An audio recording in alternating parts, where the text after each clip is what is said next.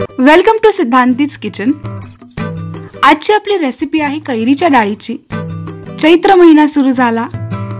चैत्र गौरीसाठी किंवा चैत्र गौरीच्या हळदी कुंकवासाठी आपण कैरीची डाळ हमखास बनवतो। चला तर मग आपला पारंपरिक पदार्थ कसा करायचा लगेच पाहूया। त्यासाठी इकडे मी जवळपास 1 वाटी स्वच्छ धुवून घेतलेली आणि 3 ते 4 तासासाठी भिजत घातलेली अशी हरभऱ्याची डाळ घेतलेली आहे। डाळीमधलं संपूर्ण पाणी आपण व्यवस्थित निथळून घेतलेलं आहे आणि अशा पद्धतीने आपली डाळ व्यवस्थित भिजलेली आहे। आता ही डाळ मी एका मिक्सरच्या भांड्यामध्ये काढून घेणार आहे।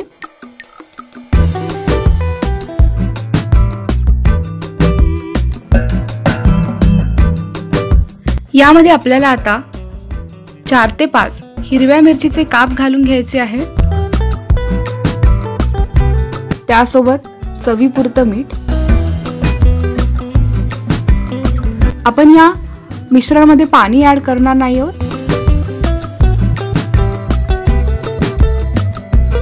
आणि याची जाडसर अशा पद्धतीने पेस्ट तयार करून घेऊ। आपलं वाटण रेडी आहे। तुम्ही पाहू शकता जाडसर अशा पद्धतीचं वाटण आपण तयार केलेलं आहे। आता तयार केलेली पेस्ट मी एका बाउल मध्ये काढून घेतलेली आहे। यामध्ये आता आपण साल काढून किसून घेतलेली कैरी ऍड करूया। जवळपास 1 वाटी कैरी मी इकडे घातलेली आहे। तुमच्या आवडीप्रमाणे तुम्ही कैरीचं प्रमाणही ठेवू शकता। त्यामध्ये आता मी थोडीशी कोथिंबीर घालून घेणार आहे। त्यात पुन्हा एकदा थोडंसं मीठ ऍड करायचं आपल्याला। 1 टेबलस्पून साखर आणि आता हे मिश्रण आपण व्यवस्थित मिक्स करून घेऊ। साखरेऐवजी तुम्ही यामध्ये गुळाचाही वापर करू शकता, त्यामुळे सुद्धा खूप छान टेस्ट येते। तर तुम्हाला हवं असेल तर तुम्ही गुळ घालूनही ही डाळ तयार करू शकता। आता आपली डाळ व्यवस्थित मिक्स झालेली आहे। आता लगेच आपण फोडणीकडे वळूया। त्यासाठी 1 मोठा चमचा तेल घेतलेला आहे। तेल व्यवस्थित तापलं की त्यामध्ये मोहरी घालून घेऊ।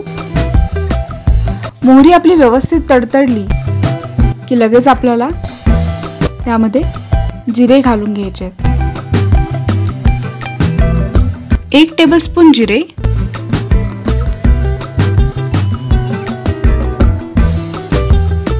जिरे आपले फ्राय झाल्यानंतर आपण गॅस बंद करणार आहोत आणि मगच त्यात हळद आणि हिंग घालणार आहोत। आता इकडे मी गॅस ऑफ केलेला आहे, कारण जर आपण आधीच त्यामध्ये हळद घातली तर आपल्या हळदीचा रंग काळपट होऊ शकतो। त्यामध्ये आता आपण 1 टेबलस्पून हळद घालून घेऊ, थोडासा हिंग,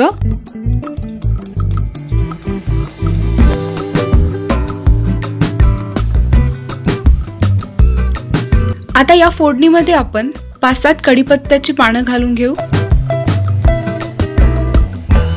आणि हे मिश्रण आपण व्यवस्थित मिक्स करून घेऊया। कैरीच्या डाळीसाठी लागणारी फोडणी रेडी आहे। आता आपण तयार फोडणी आपल्या डाळीच्या मिश्रणावर घालून घेऊ। अशा पद्धतीने आणि या मिश्रणाला आपण व्यवस्थित मिक्स करून घेऊ। तुम्ही पाहू शकता हळदीचा पिवळा चुटूक रंग आपल्या डाळीचा कलर हळूहळू चेंज करतोय।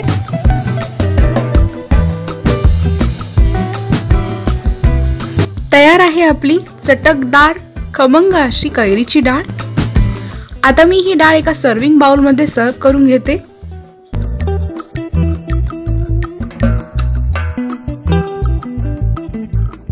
यावर आता आपण थोडीशी कोथिंबीर ऍड करूया।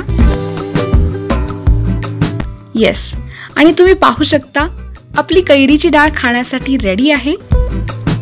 तुम्हाला जर आजची रेसिपी आवडली असेल तर आपल्या व्हिडिओला लाईक करा, तुमच्या फ्रेंड्स अँड फॅमिली सोबत शेअर करा आणि हो, आपल्या चॅनलला सबस्क्राईब करायला विसरू नका।